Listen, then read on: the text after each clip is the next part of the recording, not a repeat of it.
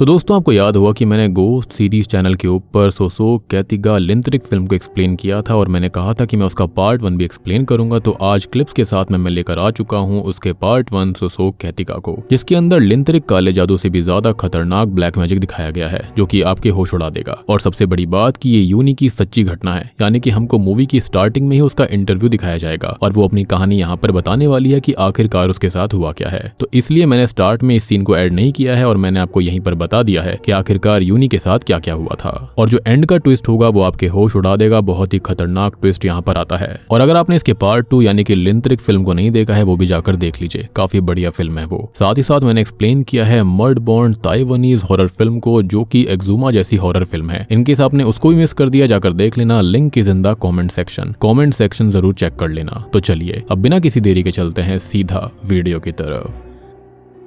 तो मूवी की शुरुआत में हमें समुद्र के बीच एक आइलैंड पर शाम का सीन दिखाया जाता है, जहां पर एक लेडी अपनी माँ के साथ लिंथरिक नाम का काला जादू करने आई थी। अब मैं आप लोगों को बताना चाहूंगा कि लिंथरिक एक एंशिएंट लव स्पेल है जिसकी मदद से हम किसी भी इंसान को खुद से ऑब्सेस्ड या फिर प्यार करवा सकते हैं। और इसके सीक्वल के अंदर ठीक ऐसा ही हुआ था, लेकिन यहाँ पर कहानी काफी अलग होने वाली है, क्योंकि ये वाली जो मूवी है वो पार्ट 1 है और काफी डिमांड पर मैं इसको लेकर आ रहा हूँ। खैर वहां पर एक डार्क शेमन था जो कि इस लेडी की हेल्प करता है। इस शेमन के बारे में हमें मूवी के अंदर कोई भी इंफॉर्मेशन नहीं दी जाती। दरअसल इंडोनेशियन कल्चर के अंदर डार्क शेमन यानी कि ब्लैक मैजिक यूजर को कहा जाता है। खैर हमको ये भी दिखाया जाता है कि ये शेमन लिंथरिक स्पेल करने का रिचुअल शुरू करने लगता है, जिसके अंदर ये एक बाउल के अंदर किसी का खून लेकर उसके अंदर एक चिकन को खत्म करके उस चिकन का लीवर निकालकर लेडी को खिलाता है। उसके बाद उस लेडी को रिचुअल्स के दौरान समुद्र में रहना पड़ता है, जो कि पूरी रात चलता रहता है। रिचुअल के अंत होने पर वहां पर एक डीमन आता है और हमको उस डीमन की छोटी सी झलक भी दिखाई जाती है। खैर अब यहाँ से सीन शिफ्ट होता है एक फंक्शन की तरफ। यहाँ पर हम यूनी नाम की एक लेडी का बेबी शावर होते देखते हैं, जो कि बहुत ही ग्रैंड तरह से हो रहा था। अब सभी लोग ये फंक्शन एंजॉय कर रहे होते हैं और गेस्ट की बातों से हमको पता लगता है कि यूनी असल में एंटोन की दूसरी बीवी है। एंटोन की पहली बीवी का नाम नूरी था। अब असल में हुआ ये था कि नूरी का मिसकैरेज हो चुका था और नूरी और एंटोन की कोई संतान नहीं हो पाई, जिसकी वजह से नूरी एंटोन को दूसरी शादी करने के लिए अलाउ कर चुकी थी। एंटोन यूनी से शादी कर लेता है, जिसका आज बेबी शावर था, यानी कि संतान के चलते ऐसा हुआ था। नूरी और यूनी अलग अलग घर में रहा करती थी। अब फंक्शन खत्म होने के बाद में एंटोन नूरी को घर पर ड्रॉप करने जाता है, जहां घर पहुंचने पर नूरी उसको घर आने के लिए कहती है, लेकिन वो घर आने से इनकार कर देता है और वहां से जाने लगता है। लेकिन एंटोन नोटिस करता है कि नूरी इससे उदास हो गई थी, जिसके चलते वो थोड़ी देर वहां पर रुकने के लिए मान गया था। बेसिकली कॉफी पीने के लिए रुक गया था। अब वो दोनों घर के अंदर जाते हैं और नूरी एंटोन के लिए कॉफी बना रही होती है। तभी गलती से नूरी से एक चम्मच नीचे गिर गई थी, जिसको उठाने के लिए नूरी नीचे झुकती है। तभी हम उसके पीछे एक डीमन की झलकी को देखते हैं, जो कि वहां पर बैठा हुआ था। खैर अब सीन शिफ्ट होकर आता है एंटोन पर, जिसको सीलिंग पर से किसी के चलने की आवाज आ रही थी, पर नूरी को कोई भी आवाज नहीं आ रही होती। खैर इसके बाद हम देखते हैं कि यूनी जो है वो एंटोन का इंतजार कर रही थी। वो एंटोन की चिंता में बैठी हुई थी। तभी हमको एक फ्लैशबैक दिखाया जाता है, जिससे हमको पता चलता है कि यूनी और नूरी कॉलेज में बेस्ट फ्रेंड्स हुआ करती थी और एंटोन और नूरी नए रिश्ते में आए थे और डेट कर रहे थे। नूरी एंटोन को यूनी से इंट्रोड्यूस करवाती है। यूनी भी असल में एंटोन से आकर्षित हो गई थी और दोनों फ्रेंड्स की बातों से हमको पता लगता है कि इन्होंने एक दूसरे से वादा किया था कि किसी थर्ड पर्सन के कारण हमारी दोस्ती खराब नहीं होनी चाहिए। पर एंटोन को नूरी के साथ देखकर यूनी के मन में बहुत जेलसी थी। खैर एक दिन वो दोनों लाइब्रेरी के अंदर बैठे हुए थे कि तभी यूनी उन्हें चुप कर देख रही होती है कि तभी कोई पीछे से यूनी का गला दबाने लगता है और यूनी अचानक से नींद से उठ जाती है। और तब हमको पता चलता है कि ये फ्लैशबैक असल में यूनी का सपना था। खैर यूनी उठकर मिरर में खुद का गला चेक करती है और फिर कुछ खाने चली जाती है। अब जब यूनी डाइनिंग टेबल पर बैठकर खाना खा रही थी, तब हम नोटिस करते हैं कि पीछे से कोई यूनी की ओर बढ़ रहा था। अब यूनी पलट कर देखती है, लेकिन उसको वहां पर कोई भी नहीं दिखता। पर अचानक वहां पर किसी के गाने की आवाज आने लगती है और यूनी का पेट दर्द करने लगता है, जैसे यूनी के पेट से बच्चा बाहर आना चाहता हो। पर अचानक से गाना गाने की आवाज बंद हो जाती है और उसी के साथ यूनी के पेट का दर्द भी रुक गया था। अब यूनी अपने रूम में जाकर बिस्तर पर लेट जाती है कि तभी वहां पर एंटोन आता है। यूनी उस पर गुस्सा हो गई थी, पर एंटोन बिना किसी रिएक्शन के चुपचाप आकर लेट जाता है। यूनी के पेट पर अपना हाथ रखता है कि तभी यूनी को एंटोन की गाड़ी की आवाज आती है और यूनी उठकर खिड़की से देखती है और तब एंटोन बाहर था। और तभी यूनी डर के मारे पीछे पलट कर देखती है और वो समझ जाती है कि एंटोन नहीं था। वहां पर जो कुछ भी था वो बहुत ही ज्यादा क्रीपी था। अब ये क्रीपी चीज यूनी को बहुत ही अजीब तरह से घूर रही थी। खैर यूनी भागकर गेट के पास जाती है और वो गेट खोलने की कोशिश करती है, पर गेट नहीं खुलता। अब वो फिर से पलटती है, लेकिन तब वो नकली एंटोन वहां से गायब हो गया था। वो पक्का वही डीमन होगा। अब बाइक पार्क कर एंटोन घर में आता है और तब यूनी की माँ एंटोन को कहती है कि तुम्हें यूनी के पास रहना चाहिए और उसको तुम्हारी जरूरत है। अब एंटोन उनसे माफी मांगकर यूनी के पास जाता है। अब यूनी की माँ भी अपने रूम में जा ही रही थी कि तभी उनके पैरों तले एक पोटली आ जाती है। अब जब वो उसको खोलकर देखती हैं तो वो इससे बहुत ही ज्यादा शॉक्ड हो गई थी क्योंकि उसके अंदर काला जादू करने का सामान था।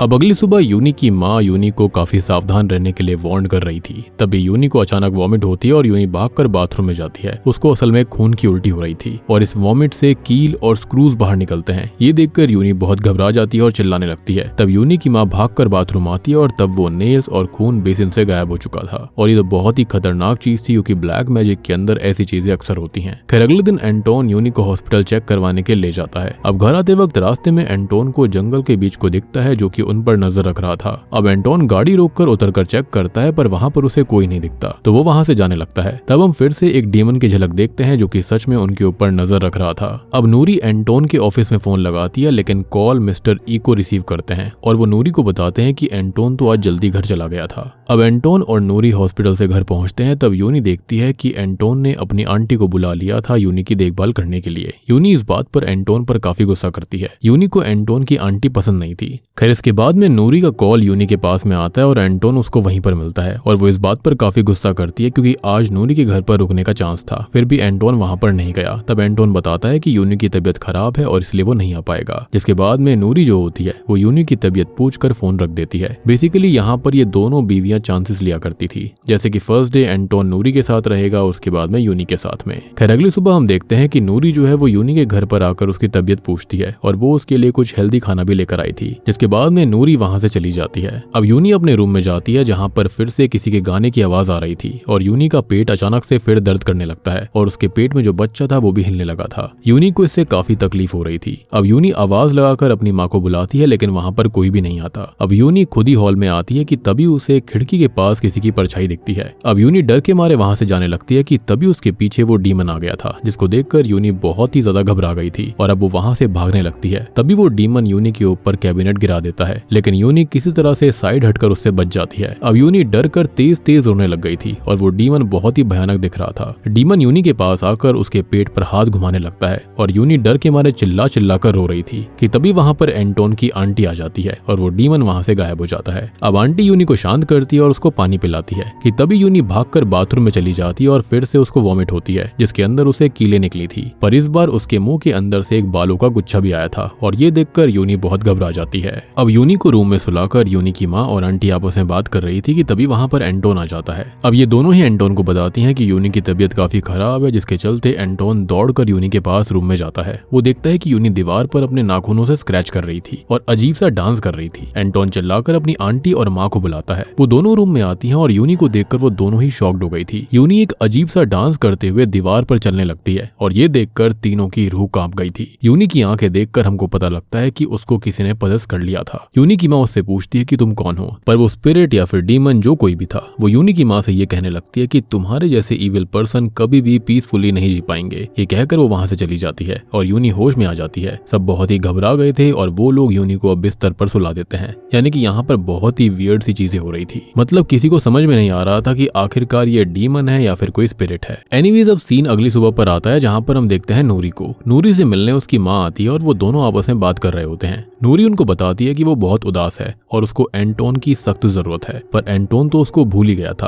और नूरी इससे बहुत रो रही थी। खैर इसके बाद हमें यूनी की माँ को दिखाया जाता है जो कि कहीं घने जंगल में जा रही होती है और तब हमको शॉकिंगली पता चलता है कि जो शेमन हमको मूवी की शुरुआत में दिखाया गया था उसी शेमन से हेल्प लेने के लिए असल में यूनी की माँ गई थी। वो उसको सब बताती है कि कुछ दिनों से यूनी के साथ अजीबोगरीब घटनाएं हो रही हैं। लेकिन तब वो शेमन उसको एक घड़ा देता है और इस घड़े को घर के अंदर कैबिनेट के ऊपर रखने के लिए दे देता है। अब यूनी की माँ ठीक ऐसा ही करती है। वो उस घड़े को कैबिनेट पर लाकर रख देती है और ऐसा करते हुए एंटोन की आंटी ने उसको देख लिया था, पर वो वहां से चुपचाप चली जाती है। अब यूनी जो होती है वो पेट दर्द के कारण सो नहीं पा रही थी। वो काफी परेशान हो रही थी। खैर हम उस शेमन का सीन देखते हैं जो कि लिंथरिक स्पेल को पावरफुल करने की कोशिश कर रहा था। तभी वो डीमन उसके पास आता है और वो शेमन उसको देखकर बहुत डर गया था और अब ये शेमन डीमन से माफी मांगने लगता है ये कहते हुए कि सॉरी न्याय, मुझे नहीं पता था कि तुम ये सब कर रही थी, पर डीमन उसको मार डालता है। अब अगले सीन में वो डीमन यूनी की माँ के पास जाता है जो कि घर में कैबिनेट वाले रूम में बैठी हुई थी। डीमन ने यूनी की मां पर हमला कर दिया था और उनकी कॉन्शियसनेस छीन ली थी, जिसके कारण यूनी की मां असल में पैरालाइज्ड हो जाती है। अब अपनी मां की आवाज सुनकर यूनी वहां पर आती है और तब वो देखती है कि आंटी वहां पहले ही पहुंच गई थी। और अपनी मां की ऐसी हालत देखकर यूनी अपनी आंटी के ऊपर ही इल्जाम लगाने लगती है कि उसकी आंटी ने ही मां की हालत कर दी होगी। तभी एंटोन वहां पर आता है और यूनी आंटी से लड़ाई कर रही थी। अब आंटी यहाँ पर खुद को बेकसूर बताने लगती है कि जब ये सब कुछ हुआ था वो तो यहाँ पर थी भी नहीं, पर यूनी यहाँ पर आंटी को अपने घर से बाहर जाने के लिए कह देती है, जिससे कि आंटी बहुत रोती है। एंटोन उनको संभालता है और डॉक्टर को बुला लेता है। खैर अगली सुबह आंटी अपने घर के लिए निकल गई थी। इसके बाद में नूरी वहां पर आती है और यूनी उसको देखकर काफी खुश थी। अब वो नूरी को उसका रूम दिखाती है। अब नूरी कुछ दिन वहीं पर रहने वाली थी क्योंकि एंटोन को असल में बिजनेस ट्रिप पर जाना था। एंटोन अब उनको बाय बोलकर घर से निकल जाता है। तब यूनी को अचानक से फिर से पेट दर्द होने लगा था। नूरी उसको संभाल लेती है। इसके बाद नूरी और यूनी किचन में जाते हैं क्योंकि दोनों को भूख लग रही थी। नूरी खाने के लिए सब्जियां काट रही होती है और सब्जियां काटते काटते नूरी चाकू बहुत तेज चलाने लगती है, जिसकी वजह से वो खुद की उंगलियां भी काट देती है। ये देखकर यूनी बहुत डर गई थी। अब यूनी नूरी को रोकती है, तभी नूरी यूनी को गुस्से में देख रही होती है और उसके पेट में चाकू मार देती है। अब इसी के चलते यूनी बहुत तेज चिल्लाती है और होश में आ जाती है, जिससे हमको पता लगता है कि असल में ये यूनी का नाइटमेयर था। जिसके बाद नूरी उससे दिन में सपने देखने के लिए मना करती है और फिर दोनों ही किचन में जाकर खाना बनाने लगते हैं। यूनी गौर करती है कि जो अभी उसने सपना देखा था फिर से वही चीजें रियल में रिपीट हो रही थी। नूरी फिर से तेज सब्जियां काट रही होती है और यूनी को गुस्से से देख रही होती है और उसके पेट में चाकू मार डालती है। यूनी अब फिर से होश में आती है, जिससे कि यूनी बहुत ही घबरा गई थी। उसको बहुत ही ज्यादा भयानक वाले हेलुसिनेशंस हो रहे थे। अब ये देखकर नूरी उसे किचन से बाहर ले जाती है और एक चेयर पर बैठा देती है और खुद ही किचन में चली जाती है। अब अगले सीन में हम देखते हैं कि नूरी ने खाना तैयार कर दिया था और यूनी अपनी पैरालाइज्ड माँ को अपने हाथों से सूप पिला रही होती है। लेकिन यूनी की माँ बहुत ही घबराई हुई थी। ऐसा लग रहा था कि जैसे वो नूरी से डर रही हो और वो इशारे से यूनी को कुछ बताना चाह रही थी, पर यूनी यहाँ पर समझ नहीं पाती कि तभी वहाँ पर नूरी आती है जो कि यूनी के लिए एक हर्बल जूस लेकर आई थी। ऐसा लग रहा था कि जैसे यूनी की माँ इशारा करके उसे वो जूस पीने से रोकना चाह रही हो, लेकिन यूनी समझ नहीं पाती और वो जूस पी लेती है। अब नूरी यहाँ पर उनको काफी घूर कर देख रही होती है। खैर अगले सीन में हम एंटोन की आंटी को देखते हैं, जिनको स्टार्टिंग से कुछ शक था कि घर के अंदर कोई तो काला जादू कर रहा था। खैर अब वो उसी शेमन के पास में जाती है जिसके पास में यूनी और उसकी मां गई थी। वो उनको देखकर घबरा जाती है क्योंकि वहां पर वो खत्म हो चुके थे और उनकी लाश के ऊपर कीड़े चल रहे थे, जिसके चलते वो तुरंत ही किसी उस्ताद को लेने चली गई थी। तभी घर के अंदर हम यूनी की मां को देखते हैं जो कि अपने रूम के अंदर लेटी होती है कि तभी वहां पर न्यायी डीमन यूनी के रूम के अंदर आ जाती है और उनको ये कहती है कि तुम इंसान हमेशा अपने वादे को तोड़ देते हो। यानी कि अब यहाँ पर वो स्टार्टिंग वाला लिंत्रिक डीमन नहीं रह गया था, यहाँ पर किसी ने पक्का न्यायी यानी कि डीमन एम्प्रेस को बुलाया था। यूनी की मां यहाँ पर डर कर आंखें बंद कर लेती है और जैसे ही वो फिर से आंखें खोलती हैं तो वहां पर नूरी को पाती हैं। यानी कि यहाँ पर नूरी को ही न्यायी ने पजस करके रखा हुआ था। तो बेसिकली नूरी ने काला जादू करा था और हमको ये समझ में आता है कि यूनी ने तो काला जादू करा ही था, लेकिन नूरी ने भी उससे ज्यादा खतरनाक काला जादू कर दिया था। अब नूरी यहाँ पर बहुत गुस्से में थी और वो यूनी की माँ से काफी गुस्से में बात कर रही होती है कि तभी वहां पर यूनी आ जाती है, जिसके बाद नूरी नॉर्मल हो गई थी और वो बताती है कि वो तो बस उसकी माँ के साथ में बातें कर रही थी और उनके पैरों को ठीक करने की कोशिश कर रही थी। जिसके बाद दोनों अपने अपने रूम में सोने चले जाते हैं। अब सीन शिफ्ट होता है जहाँ पर हम देखते हैं कि यूनी अपने बेड पर लेटी होती है, लेकिन उसको नींद नहीं आ रही थी। थोड़ी देर लेटे रहने के बाद में उसको हल्की सी नींद आने लगती है कि तभी वो अपने आप हवा में लेविटेट होने लगी थी। वो आंखें खोलती है और ये सब देखकर चिल्लाने लगती है। उसके पेट में बहुत दर्द हो रहा था, उसका बच्चा काफी हिल रहा था। वो अपनी माँ को आवाज लगाती है, नूरी को आवाज लगाती है, पर उसकी मदद के लिए वहाँ कोई नहीं आता। अब हम देखते हैं कि यूनी के पेट में जो बच्चा होता है वो बहुत ही ज्यादा हिल रहा होता है और वो बाहर आना चाह रहा था। यूनी को तभी अचानक से इंटरनल ब्लीडिंग होती है और वो नीचे गिर पड़ती है। ये सीन वाकई में बहुत भयानक था। अब यहाँ पर यूनी पूरी खून से लथपथ हो जाती है और दर्द में रोने लगती है कि तभी वहां पर नूरी आ गई थी और वो उससे गुस्से में कहती है कि तुमने मेरे हस्बैंड को मुझसे चुरा लिया था और अब तुमको भी वही दर्द सहना होगा जो कि मैंने आज तक सहन करा। यानी कि नूरी ने अपने मन के अंदर आज तक जितनी भी नफरत दबा कर रखी हुई थी वो आज बाहर उगल रही थी। खैर अब अचानक से ही नूरी यूनी के ऊपर हमला करने लगती है और यूनी नूरी को धक्का देकर रूम से बाहर भागने लगती है, पर वो चलने की हालत में ना होने की वजह से फ्लोर पर गिर गई थी। अब पीछे से नूरी आती है और नूरी उसको पकड़कर बहुत ही भयानक तरह से यूनी के अंदर से उसके बच्चे को बाहर खींच लेती है। यूनी दर्द में चिल्लाते हुए वहीं बेहोश हो गई थी। अब नूरी उस बच्चे को अपने पास रखकर यूनी को घसीटकर घर के बाहर ले जाती है और झाड़ियों के पास बने हुए एक गड्ढे में फेंक देती है। मतलब कि नूरी उस हर चीज को खत्म कर देना चाहती थी जो कि एंटोन को उससे दूर कर रहा था।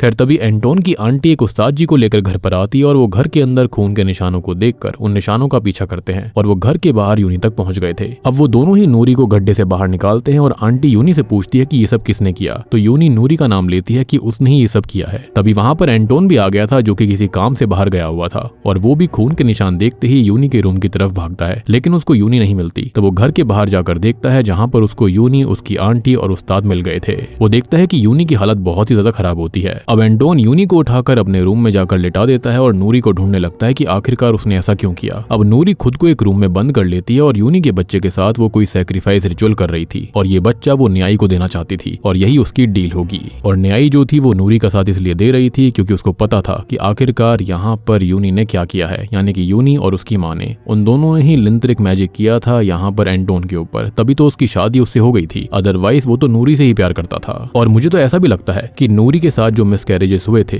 वो हुए भी इसी मैजिक की वजह से थे, यानी कि ब्लैक मैजिक की वजह से, ताकि एंटोन मजबूर हो जाए दूसरी शादी करने के लिए। और नूरी की बेस्ट फ्रेंड से ज्यादा अच्छा कौन हो सकता था। खैर अब उस्ताद और एंटोन गेट तोड़कर उस रूम के अंदर जाते हैं और देखते हैं कि नूरी को यहाँ पर न्यायी ने पजेस कर लिया था। नूरी उन्हें इशारे से धक्का देकर वहां से गायब हो जाती है। उस्ताद और एंटोन उसको ढूंढ रहे होते हैं और उस्ताद बेसमेंट में पहुंच जाते हैं। वहां पर उनको नूरी पजेस्ड हालत में मिलती है जो कि उन पर खतरनाक हमला कर रही थी, लेकिन उस्ताद कोई कच्चे खिलाड़ी नहीं थे, वो नूरी से बच जाते हैं, यानी कि न्यायी से। और अब वो अचानक से कुरान पढ़ने लगते हैं जिससे कि नूरी कमजोर होने लगती है, यानी कि न्यायी डीमन कमजोर होने लगी थी। अब वो उस डीमन के पोजीशन से बाहर आ जाती है जिसके पीछे हम न्यायी को देख पाते हैं। अब न्यायी उस्ताद के सामने अपीयर होती है और उस्ताद कंटिन्यूसली कुरान पढ़े जा रहे थे जिससे कि न्यायी कुछ नहीं कर पाती और कमजोर होकर वहां से गायब हो जाती है। तभी नूरी जो होती है अपने काम को पूरा करने के लिए यूनी के रूम के अंदर पहुंच जाती है और उसको मारने की कोशिश करती है। अब नूरी यूनी को चाकू से खत्म करने ही वाली थी कि यूनी को होश आ जाता है और वो खुद को बचा लेती है। यूनी अपने बिस्तर से उठकर गेट की तरफ भाग रही थी और नूरी फिर से उसको चाकू मारने आती है। अब यूनी जैसे ही दरवाजा खोलती है तो बाहर एंटोन आ जाता है और नूरी गलती से एंटोन के दिल को ही चीर देती है। यूनी एंटोन को संभालती है लेकिन वो फ्लोर पर गिर गया था। अब यूनी उसको पकड़कर रोने लगती है और नूरी भी ये देखकर इमोशनल हो गई थी, यानी कि वो जिसके लिए लड़ रही थी उसने उसको ही खत्म कर दिया था। अब अचानक से ही उसको अपने और एंटोन के कॉलेज के फ्लैशबैक्स आते हैं कि इन सब की दोस्ती कितनी अच्छी थी और सब कुछ खराब हो गया। अब ये दोनों ही एंटोन को नहीं बचा पाते और वो वहीं पर खत्म हो जाता है,